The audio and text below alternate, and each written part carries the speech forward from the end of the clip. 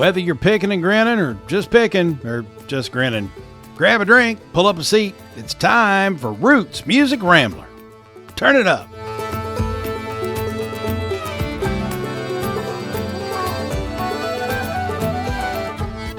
So it's been a couple of weeks now, and we haven't yet talked about one of our favorite artists and her new album. And so I know that you and I think Lucia were listening to the new S.G. Goodman album in the car the other day. What do you think? I loved it. I didn't get through the whole thing yet, but I love what I heard. The Snappin' Turtle song. Whew. Yeah. That one really, really got me. But yeah, I'm loving it. I mean, let's be honest. SG could like sing the phone book, and I'd be there for it. So yeah, the album is called Planting by the Signs, and she actually hinted around at it when she was on our show last year, saying that she had this kind of bigger vision for what her next album was going to be, and she was working on it at the time. That was a year ago, a little bit more than a year ago. Well, the album came out here just a couple of weeks ago in June. What was great was not only does it have really good liner notes and whatnot that kind of explain what Planting by the Signs is, and if you've grown up on a farm or in a farming community, you probably already know. But Guest Room Records here in Louisville did an in-store performance and Q&A with SG that I had the good fortune to go to because Karen had a wristband because she pre-orders her stuff from Guest Room. I pre-ordered directly from SG, so I didn't get the wristband, but Karen couldn't go, so I got to go, which is neither here nor there. And I'm just giving Karen credit for making sure I give credit where credit is due because I got to. Absolutely. Thank you, Karen. So thank you, Karen. So I got to go, and and Guest Room had this little paper magazine that went with the album, which is a much longer narrative that SG put together of what the concept of the album is. So if you have the opportunity at your record store to see that, or maybe she's got it online somewhere, I don't know, it's just fantastic, and you really get into the weeds of the project. So from a creative vision standpoint, this is monumental. It's a big leap forward for her artistically. The songs are, and the album is just beautiful. It's just beautiful. It's stunningly good music, which we've come to expect from her, of course. Right. But I mean, every single song, I was like, wow, like I just want to listen to them over and over again. I've played the record in my den here 6 times, I think, in the last 2 weeks. And I've played it on Spotify driving around a couple times too. I just can't get enough of it. Absolutely love the album. So excellent. And the guest room experience was neat because, of course, I got to go and I got in and I got up close just because I was early in line, I guess. I'm early for fucking everything. It's like a bad habit. But no, it's not a bad habit. Patrick Callahan, the drummer from My Morning Jacket, was the MC. He was the kind of Q&A guy. So he was there, which kind of brought it, a little bit more sort of pizzazz to the whole thing. The guest room team does a fantastic job with their in-store stuff. And everybody, there were people who had wristbands, and then if there was enough room, they let other people in. Well, everybody got to get in. They crammed them all in, so nobody got cut out. Everybody got to see SG stuff around and signed autographs and talked to people. Of course, I have talked to her a couple times, so I just gave her a fist bump, said, love you. I'm just get out of the way. And I got out of the way to let everybody else have their time. But it was a really, really cool thing. And I believe she's playing, as we are recording this, tomorrow night or tonight, one of the two. She is headlining at the Grand Ole Opry. So, yeah. Wow. So SG is just continues to blow up, and this album, Planting by the Signs, it's absolutely fantastic. Just artistically, if you appreciate brilliant creative thinking, you're gonna like this album, and you'll love the album art and everything else. Just go check it out. It's fucking fantastic. As you mentioned, Lucia and I were listening to it the other day in the car, and I forget which song we were listening to, and I said out loud, this has Jim James vibes, right? Like, I wonder if he was involved in this at all. And so then I had to explain to Lucia first, who is Jim James, why he's so fucking hot, and I said, yeah, like, I think he's hot. Fine, go ahead. No. And then, like, the connection, right? Because all y'all down there are, like, you're all kin in some way. So, so I now exposed my child to My Morning Jacket and Jim James, and also Yim Yames. I filled her in on that as well. So I would like to know what you think about that, if you kind of picked up on the same thing. And then Sirius XM Outlaw Country Channel, Sunny Sweeney did an interview with SG, and I believe if you're a subscriber, you can, like, go back and listen to those on demand. Yep. Is that I think that's correct? right. Yep. Okay. Yeah, I am a subscriber, but I don't use the on-demand feature, so I'm not entirely sure. But if you can get a hold of it, definitely give it a listen because, SG really explained what went into writing those songs, and it was really, really excellent. Yeah. I don't know what song you're referring to with the Jim James vibe, but if I had to guess, it's probably Heaven Song, which is the last cut on the album. And that one to me sounds a lot like a Jim James kind of vibe. He wasn't involved with the album that I know of. He's not in the liner notes or anything. I know SG and Matt Rowan, one of her guitar players and duet partners on the actual titles track, Playing by the Signs. They and one other person produced it. So I don't think Jim was involved with this one, although he produced SG's last album or first album. But it's either Heaven Song or it might be Fire Sign, which is another kind of fantastic cut from the album. I mean, I love everything on here. Solitaire, which she had played a couple of times in live shows I'd heard before, is on there, but most of these songs are new. And I just love them. My favorite song on the whole thing is I'm in Love. And it's just Mm. a coming from her and understanding a little bit about her and hearing her sing that, it's just really touching. So it's a God, it's just such a good album. So I don't know that we've ever spent this much time talking about one record, but we love SG Goodman and We do. this record's fantastic. So you got to get out and get this. So And I'm looking at the track listing, and I believe it is Fire Sign. yeah, Fire Sign is that jives. That makes Yeah. sense to me. Okay, cool. Good stuff. All right. Even whether or not you think Jim James is hot, welcome to Roots Music Rambler. She's Frank. And he's false. And we're rambling on through the stories behind the music we love. And today on the show, I mean, talk about hot, right? I totally have a girl crush on our guest today. I'm gonna have to bite my tongue the whole fucking interview is what I'm gonna have to do because Well, I'll get myself in trouble. I mean, come on though. We talked about this already. But anyway, we are talking with Maggie Noëlle from the band Magnolia Boulevard. And I wasn't just a few episodes ago that Magnolia Boulevard was my pick in the Grinnin. Yep. So the band is based in Lexington, Kentucky. And believe it or not, I got to see them play twice before Falls ever did. Yeah. So I'm going to wear that proudly. And they're Southern rock, Southern blues rock, but Maggie's voice is just incredible. She's been compared to Janis Joplin. I see and hear a lot of Susan Tedeschi as well. So, yeah, she is just amazing. I'm so excited. Yes, indeed. And those comparisons are well deserved. She has one of those voices that you're kind of instantly in love with and certainly a voice you don't forget. I caught them not long ago, finally, but I've known about them since the pandemic. I think I've told this story here before that I was helping the Visit Lex, the Convention and Visitors Bureau in Lexington, Kentucky, with social content during the pandemic. They wanted to promote local businesses and kind of help during the whole COVID shutdown to have people in Lexington have kind of a destination, something to do. And on Friday nights, the Burl, the iconic indie rock live venue in Lexington, did videos of bands coming in and playing, no crowd, just the band playing, kind of a music video of a live set. And we replayed those videos on Friday nights, had a little Friday night concert series on Visit Lex's Facebook page during the pandemic. So I saw Magnolia Boulevard a couple of times that way, not live, but certainly in a very sort of intimate live performance way online. And I was blown away. They're just so, so good and have been for a while. For sure. And they've got those Allman Brothers vibes, the faces. We mentioned Janis Joplin with Big Brother and the holding company. So those are all just really great live jam sounds. Maggie's also a really big Bonnie Raitt and Susan Tedeschi fan, so she's living up to those comparisons as well.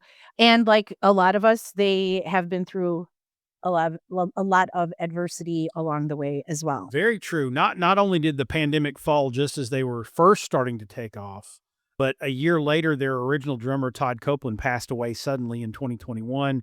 They've had some other personal migrations in and out of the band, but the core of Maggie Noëlle and co-founder Ryan Allen remains, and the current configuration of Magnolia Boulevard just flat crushes their live show. I mean, we are very, very lucky to have Maggie on the show today, and if she doesn't wind up being a superstar, I'll be shocked because she's just fantastic. Yeah, I don't see how she isn't already, you know? We'll talk to Maggie, we'll do our normal Pickin the Grinnin, and be sure to stick around till the end. Yeah, let's take a quick break. I need to cool off before we bring Maggie in because oh my, I mean, Francesca says she has a girl crush, and I can't even begin to explain to you what I have. Oh, shit. I got to be careful. Okay, yeah, let's go to break. I got to be careful. Let's go ahead and take that break so we can thank the fine sponsors that make this show happen. When we come back, we'll hear Dear some Lord. Magnolia Boulevard music and talk to lead singer Maggie Noëlle. Don't go away. This is Roots Music Rambler.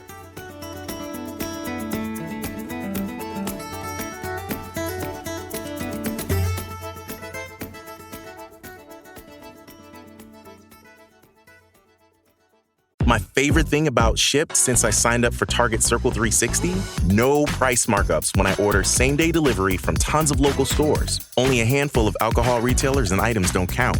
I won't lie, I've had too much fun being like, markups on groceries? Not in my fridge. Markups on pet food? Not for my DOG. Markups on tools, electronics, home goods, meds? Not in my house. Anyway, it's awesome. Order now at shipt.com/360. Terms apply. Hi, welcome to IKEA.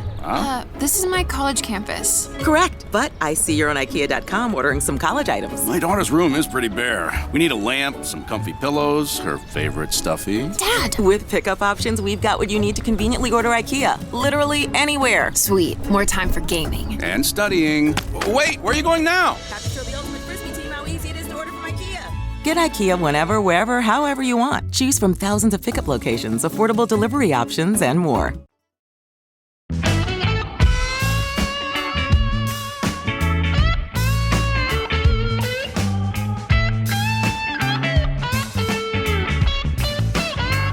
Well, I keep on hearing about one of these days. How you gonna change your ways. And I keep waiting for the tides to turn. You keep playing with flame, and honey, I get burned. And it's about damn time. Who you think you're fooling? Getting tired, so damn tired of trying. Oh, get on up and get to doing. People, it's about damn time. And that's not only the name of the track, but how I feel now that we have Maggie Noëlle from Magnolia Boulevard with us here on Roots Music Rambler. That Southern rock and blues sound is fronted by arguably one of the finest voices in music right now, and she's here. Maggie, how are you? I'm doing great. Thank you so much for having me. What a compliment. Well, you're going to hear a lot of them because I think both Francesca and I are just fanboying and girling on you right now. But we're tickled to have you on the show. I'm just going to dive right in because I've heard more than one person lately draw comparisons to you and some of your idols like Susan Tedeschi and Bonnie Raitt. But also the name that keeps surfacing for me lately in people that talk about Magnolia Boulevard is Janis Joplin, which is quite the compliment. What do you make of those kind of comparisons? Oh man, for years and years, people have always made the Susan Tedeschi Bonnie Raitt comparison, and those two are just, I can't complain. Those are great compliments. I can only hope that I sound like them, really. But I think the Janis thing, it kind of rubs me the wrong way just a little bit. I mean, she's great. Love her music. Obviously, it's a staple. But I think really just what people compare us is maybe the loudness and the raspiness. So I would like to think that I sing better than Janis. Let's not tell the whole world that, but Part of that incredible sound that we love so much from Magnolia Boulevard, of course, is your amazing voice, Maggie. Jason and I have seen you a couple times now live. Last time I saw you was at the Crossroads Acoustic Fest in Seymour, Indiana. So it was acoustic, just you and Ryan, right? But I've seen you with the full band. Jason's seen you with the full band, and they're all amazing musicians. So can you tell us a little bit more about those guys? Yeah, of course. And just to start off with that question too, I feel like Ryan and I finally have the lineup. Like this is the dream team. These are the guys like we all want to do the damn thing and we're doing it. We got Austin Lewis. He's a West Virginia boy from Herkin. And then we have Brandon Johnson on drums. Austin plays guitar. Sorry, I should mention that. Brandon plays the drums, which that whole thing is hilarious too, because he's actually a really phenomenal guitarist and bass player as well. And he just reached out, a while back saying, hey, like I heard you guys might need a guitar player. And I was like, man, I got that covered, buddy, but I need a drummer. And it worked out. And he's great. He's so good. And then, of course, we got Roddy Puckett on bass. Love that feller. He's always holding it down, doing the damn thing. But yeah, like I said, I feel like I finally have the dream team. Like this is the lineup. Ryan and I have really put a lot of work and effort into this band throughout the years. And it's really gratifying to have a really solid group of humans. We all get along great. There's no little drama, bullshit. And we just want to play. Like we're all itching to be together and to play. And then I think that's, it's part of it. That's amazing. I had a chance to chat with Austin for a few minutes at the bar and when you were here in Louisville last. And it was just kind of cool to see how excited and enthusiastic he was to, be with you guys and playing. I know he's only been with the band for a few months, but I was like, dude, you killed it up there. And he's like, man, thanks. He was like real super hyped and excited about talking to somebody about it. And it was really cool to chat with him a little bit. So the one thing that seems to, up until this point, now that you've got the all-star dream team lineup, but up until this point, the one thing that seems to define the band is kind of overcoming adversity. Not only did you get smacked in the face with the pandemic, just as you guys were starting to get some really good recognition and opportunities, but then I know the following year you lost your original drummer, Todd Copeland, who was universally well-loved in the Lexington music world. I know you've gone through a couple other changes in recent months too, and you and I have back issues in common, which I know are a royal and literal pain in the ass. What's been the thread that's kept you guys going all these years? Oh man, that's a great question. No. Ryan and I work really well together. And, we came into this band not knowing one another. And we've just grown such a great relationship. Like that's my brother. He feels like an older brother. He keeps my shit straight. He keeps me in line most of the time, asking me on the daily if I've checked my email. I don't know. Just like our friendship and how it's grown, our songwriting together has really grown as well. And I've learned a lot from Ryan, to be honest with you. I remember when we first started out and the talk of co-writing came about. And I was like, nah, I ain't going to Nashville. I don't want to do none of that. My songs are my songs, just kind of had that attitude about it. And so he's really helped open up the world of songwriting for me. And I think we both have this idea of the sound that we want. And we've just hung on for dear life. It's working, at least on our end. We're enjoying what we're hearing and consuming. And on the intro, as we were coming into this segment, we heard the title track from the latest EP. The song and the EP both are called It's About Damn Time. But aren't you in the middle of like a single each month schedule to kind of build out a full LP soon? And did we get that right? Yeah. So I know on like Spotify and other streaming platforms, the way when you publish the single, it'll say it's an EP.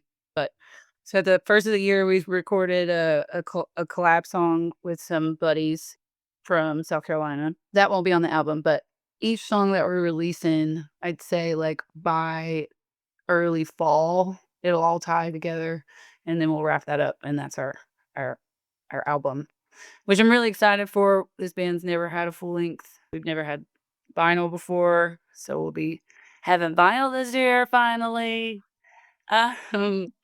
And yeah, I'm thinking early fall. it'll all be wrapped up. That's very cool. Well, we should probably use that as a cue to play more of some of that great music. Maggie Noëlle from Magnolia Boulevard is with us. When we come back, we're going to find out more about where Maggie's musical talents and interests come from and where they might be going. We'll go to break with What I Am When I'm Watching Maggie Sing, and that's Spellbound. And we'll play Running, the song she referred to coming back. So stick around. She's Maggie, and she's Frank, and I'm Falls, and this is Roots Music Rambler. Don't go away. We'll be right back.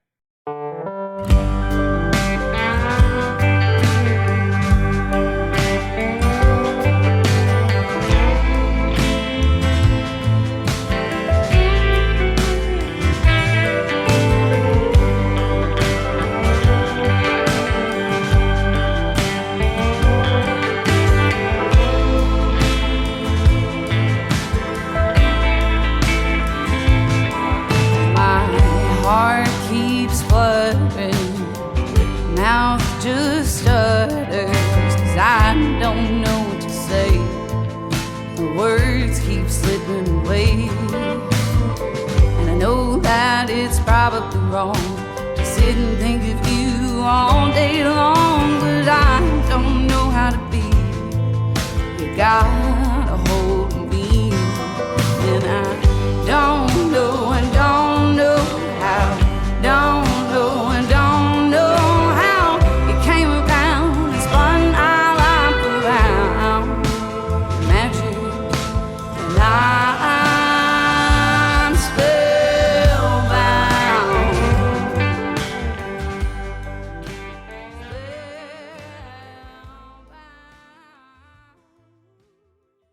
Grit is in you. It's in your passion, your perseverance. It's in every challenge you face and overcome. Grit is in you. It's never in rockin' protein. Never settle. Shopping is hard. I can never find anything in my size. I don't even know my size. I buy my clothes the same place I buy my groceries. There's a better way. Make it easy with Stitch Fix. Just share your size, style, budget, and done. Your personal stylist sends pieces picked just for you. That was easy. Stitch Fix. Online personal styling for everyone. Free shipping and returns. No subscription required. Get started today at stitchfix.com.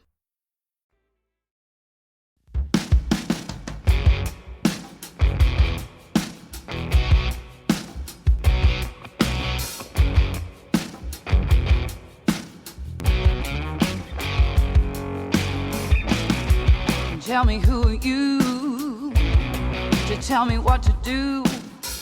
Quit talking at me. You're driving from the backseat. I gotta pick a road. Yeah, I gotta go. And I'm tired of talking. Sure tired of walking. That's why I keep on running, running, running. And this road might lead me to nothing, nothing, nothing. And I heard a voice calling that I just kept on following. And that's why I keep on running, running, running. As you might imagine, that song is called Runnin'. It's on the latest group of songs from Magnolia Boulevard. It's also a collaboration, which Maggie alluded to, with the band Of Good Nature. Cam Brown there on vocals, along with the amazing Maggie Noëlle, who joins us here on Roots Music Rambler. Maggie, tell us a little bit about not just that collaboration and how it came about, but you've also, I know you've duetted with our pal Nicholas Jamerson, who was on the show not too long ago. Are those collaborations typically just artists wanting to work together, or is there some sort of design to it? I would imagine managers and record labels and all those people get excited about stuff like that, but how do they come about? You're asking the wrong person. I'll just go ahead and I am like the least business savvy person. Also not great at technology. We've figured that out. But, I would like to say it happens naturally. I think it definitely did with Nicholas, because he hit me up like way back when, before we had even talked about recording that one. And he's like, hey, I got this song. I think it should be a duet. And he actually had another duet too. And then we were recording at the Mac with Brennan in Prestonsburg there. And he had just been working with Nicholas. And I was like, yeah, he's been talking about this song. I'd love to give it a go. And he was like, well, I already got the track. You want to try and sing it? And I was like, yeah, I'd love to, So that's kind of how that one worked out. But as far as like the business side of things and how you get there, I'd like to know. I'd like for somebody to tell me. But I don't know. Well, it worked out. Yeah, it's working out. You know what? You just keep on singing and everything else is going to fall into place. I mean, promise you, Lord. If only it could be that easy. Yeah, I'm sure. But one of the focal points here on the show, Roots Music Rambler, is, we dig into the roots of our guests' musical experiences. So tell us how music, singing, and playing came to be for you. How old were you when you started? Did somebody teach you? All those good origin stories. Oh, buddy. Are you ready? Yeah. Yes. We're taking notes. So I've been singing since I was itty bitty. I don't really recall a moment in my life where I wasn't singing. My grandparents, they went to a old regular Baptist church and would sing in choir. And I feel like definitely like I learned about harmonies in church. But everyone in my family, my mom played the guitar some, my uncles, my older uncle, he was kind of like the bluesy guy, whereas the younger uncle was like more rock and roll. But then, our entire family and where we're from, everybody's all about bluegrass and whatnot. So first starting out, I think I was about 8 years old when I got my first guitar. My mom taught me G, C, and D. And then I kind of went from there. And then I got distracted with sports and boys and weed and stuff like that. And kind of just came back to it every once in a while. I've never learned theory. So all I got is rhythm guitar, and I've just been hanging on to that one for dear life too, go with what I know kind of thing. But yeah, music was always really prominent in my family growing up. So very thankful for that, and very thankful for my roots, I just, every once in a while you'll hear a little bit of that Appalachian banjo talk that I talk in a song. Or it's really funny to get reactions sometimes when we're playing out somewhere and then someone's like, oh, it's so nice to meet you after the show. And then I start talking and they're like, I did not expect you to have this accent. And on top of that, I think right before Magnolia Boulevard, you were singing in a bluegrass band. Is that right? Tell us more about how that professional part of music evolved for you. Yeah. Actually, Katie did it and we had that little project together. Early 20s, we were just being wild and crazy. And I kind of got, a little experience of what tour life looked like with that project. And it was a lot of fun.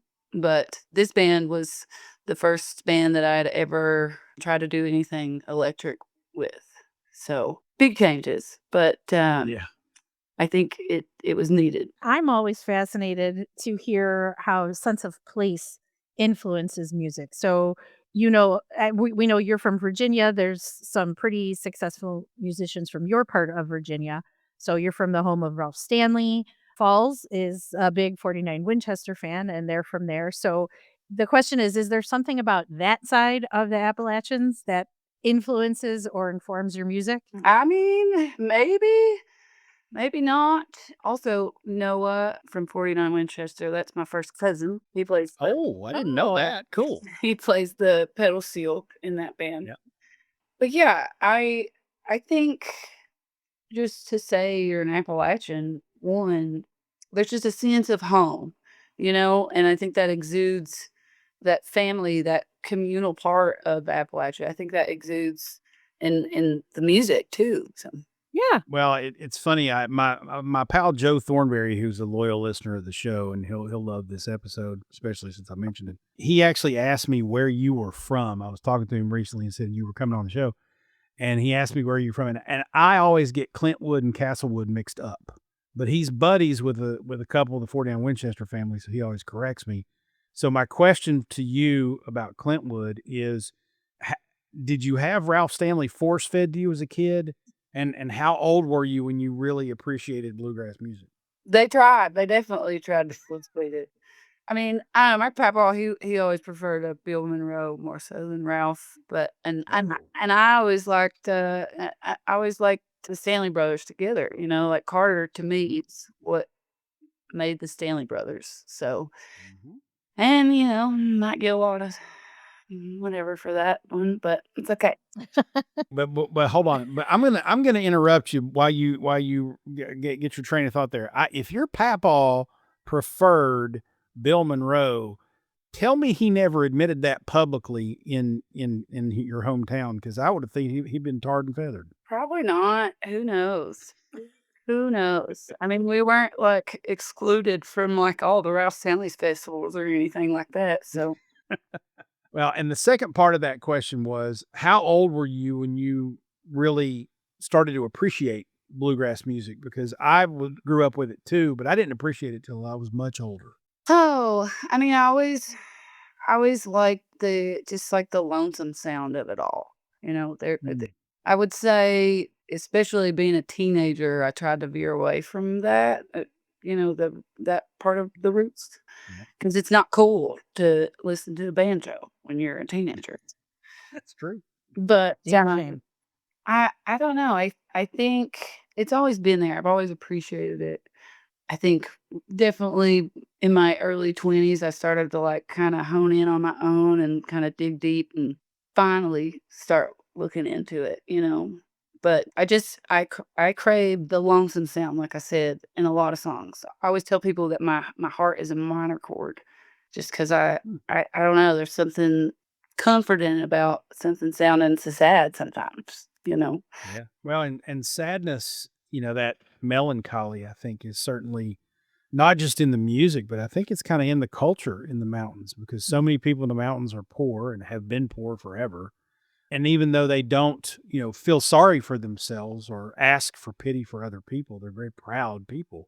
Right. But there is that sort of longing and that loneliness that happens in the mountains just naturally because of the political structure and the cultural pressures from different people, and the fact that a lot of people literally live up a holler with their family members and they never see other people because they never come out of the holler. So that happens. Mm-hmm. So I can see where that certainly, matches up. I'm learning so much. Just a hard life to live to be an Appalachian, but it's a good life. And I certainly recognize that. And I mean, I'm a city girl, so, but I do appreciate it. And I can't let you get out of here without asking how on earth you are able to manage being the lead singer and rhythm guitarist in such an up and coming band while also being the mother to such an adorable little girl. Now, I saw your daughter when you guys played Fitzgerald's American Music Fest last year. That was the first time I saw you, and I talk about it in the open. I mean, I just walked into the nightclub you guys were playing, and I was like, holy shit. I'm like, this is incredible. And so then I just stayed. And in fact, I think I ended up standing next to your mom, and she and I talked for a couple minutes. But yeah, so how do you do it? I don't know. Some help me. No. No, I have a lot of support. I'll say that. My mom, as she mentioned, I mean, from day one, when I found out I was going to have my daughter, I'm like, how do I do this? And it was a big goal for me early on with my daughter, to show her and to prove to her that I can still follow my dreams and I can still be her mom, and I love that. I think a lot of women do that, unfortunately, with anything. They just kind of stop what they're doing and forget about their own stuff. And I don't want her to do that. I don't want to see her do that in her lifetime. So it's definitely hard, and there's lots of struggles. I will say it was a lot easier taking a baby on tour, which you'd think it would be the opposite, but having a tiny little infant that don't do anything but piss and shit and need a boob occasionally, that was the easy part.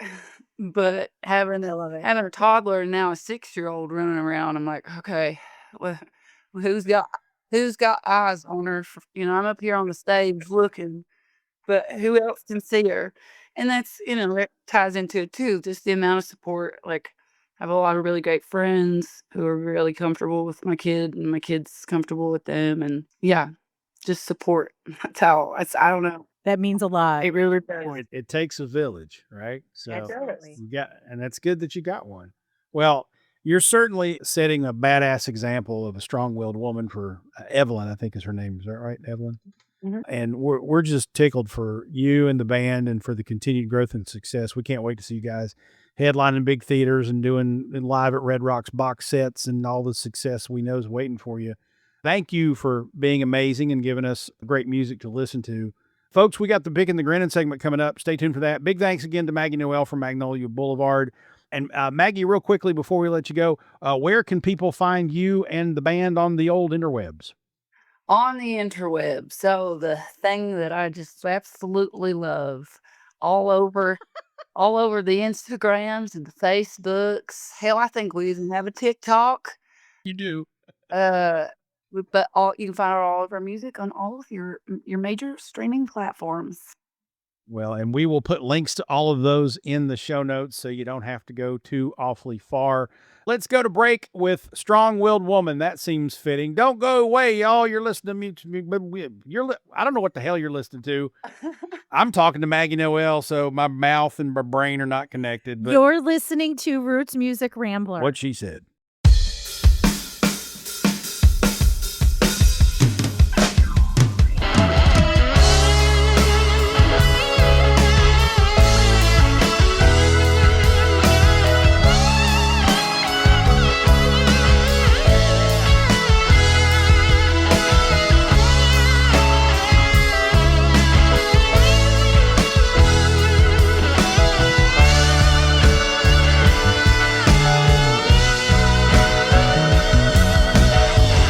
I feel today like I was dying.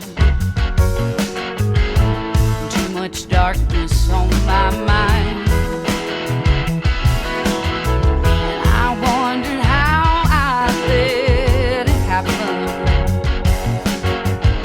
I've wasted so much of my time.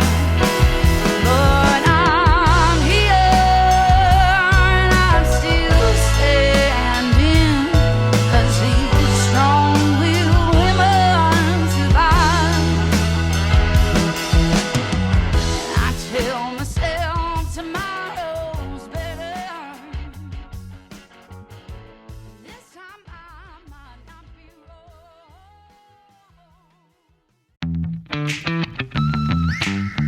What if an appliance emergency didn't have to be? If your appliances suddenly decided they were done, don't stress. Best Buy has you covered with a wide variety of major appliances from trusted brands, in stock and available now. So you don't have to worry about laundry piling up, refilling the fridge, or that big dinner party you're hosting. Because Best Buy has the knowledge and expertise to get you the right appliance for your home. Learn more at bestbuy.com. Best Buy. Imagine that.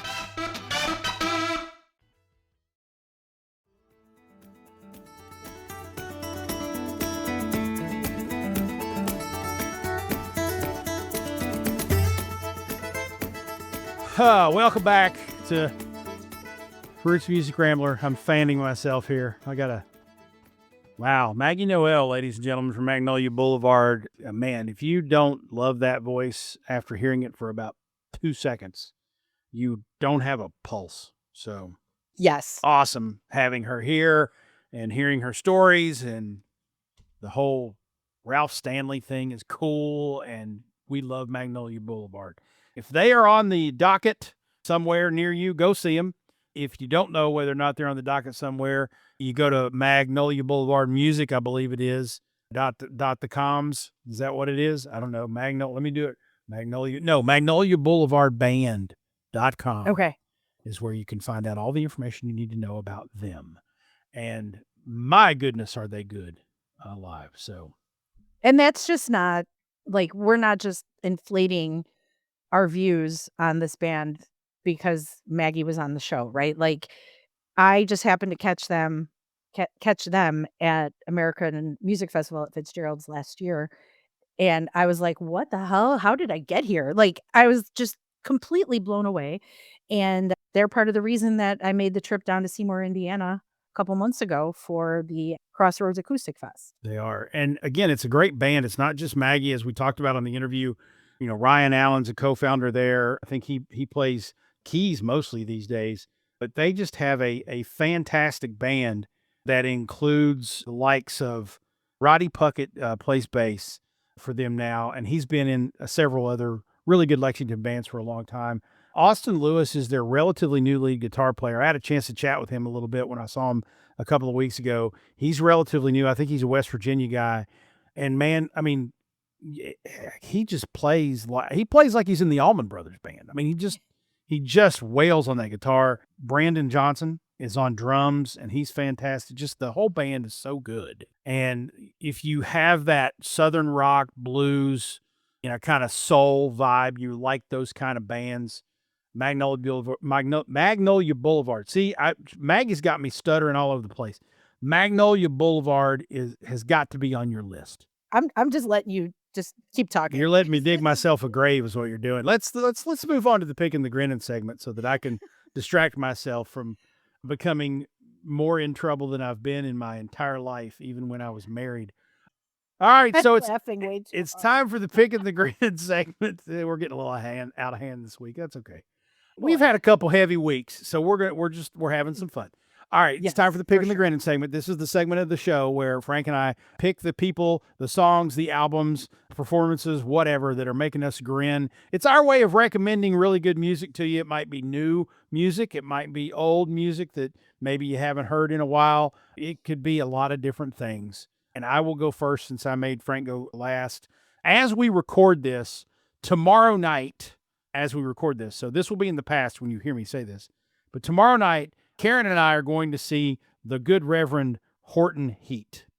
And if you don't know the Good Reverend Horton Heat, that's going to be my Pickin' the Grinnin segment this week, because let me just roll down a couple of album titles for you so you get a vibe, and song titles for you so you get a vibe for who the Reverend Horton Heat is. His 1991 album was called Smoke 'Em If You Got 'Em, and included probably his most popular hit, Psychobilly Freak Out. He also had a song on that album called Big Dwarf Rodeo.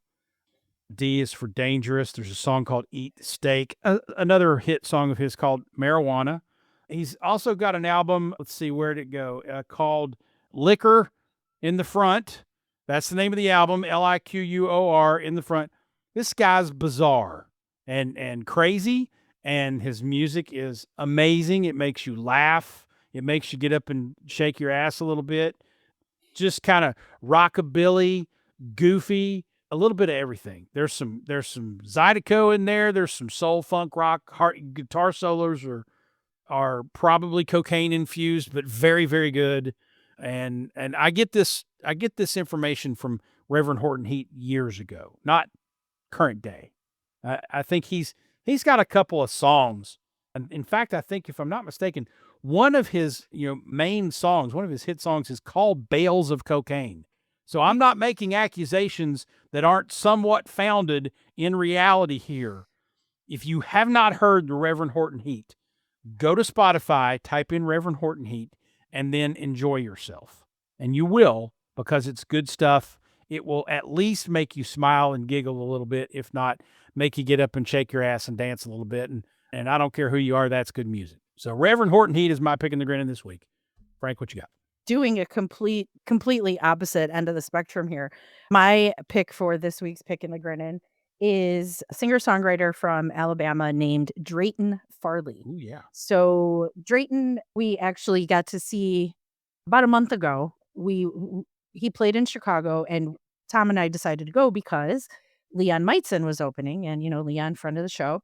So we stayed for Drayton's set, and right from the beginning, I was hooked. And maybe the second song he was playing, I kind of sat there and closed my eyes and listened for a second, and then I turned to Tom and I said, if I didn't know better, if I had my eyes closed like I just did and I didn't know any better, I would think that was Jason Isbell singing. Nice. And Tom's like, yeah, I get that too. And I swear, not 30 seconds later, I get a text message from Riley Downs, who was sitting on the other side of the venue. And she texted me and said, he sounds so much like Jason Isbell. And I'm like, oh my God, we were just talking about the same thing. So yes, his voice sounds a lot like Isbell's, but and the songwriting and the themes are kind of similar as well. I mean, they're both from Alabama, but I really, really enjoyed, and we both did. We both really enjoyed his set, and I believe Tom bought his album. I think he did either on vinyl or CD. I can't remember. So we own some of his music, but I would definitely check him out if you like the Jason Isbell sound. You like, I mean, he's been compared to a bunch of others. He's toured with Willie Nelson, the Mavericks, Ryan Bingham. He's played, the big festivals and stuff. So he's definitely been around. And I think he deserves a little more exposure. You're absolutely right. If you've heard the song "Pitchin' Fits" and don't remember who sings it, that's him. And that one kind of went viral and has got a lot of downloads on the various streaming services. Drayton Farley's kind of a known entity in the singer-songwriter world in the Americana space. Has been around for a few years now. Super, super talented, and he's one of those folks who's probably on the cusp of making it big. His next album or two is probably going to wind up, cementing him as, kind of a mainstay in the singer-songwriter crowd. Very good. I haven't had the advantage yet to see him live like Frank has, but I have appreciated a lot of his tunes on the old Spotify's and look forward to seeing him play at some point. I think he might be playing in one of the festivals I'm going to in the next few months. I'm hoping he is, and we'll try to reach out and try to get him on the show. He's that would be awesome if we can, because like he's getting to the point to where he might be too big for our britches, but we'll give it a shot. We're doing a pretty decent job of getting some pretty nice guests. Yeah, I don't know what you're talking about. I don't know. Maybe I'm understating our abilities to land some good folks here, but we'll see if we can't get old Drayton Farley on the show at some point. Roots Music Rambler is a production of Falls and Partners, copyright 2025. Our theme music is Sheepskin and Beeswax by Gentacorum. Join us online at rootsmusicrambler.com and make sure you mash that subscribe or follow button so you remember to join us for the next Hoe-Down and Throwdown. She's Frank. He's Falls. And whatever you do, kids, ramble on.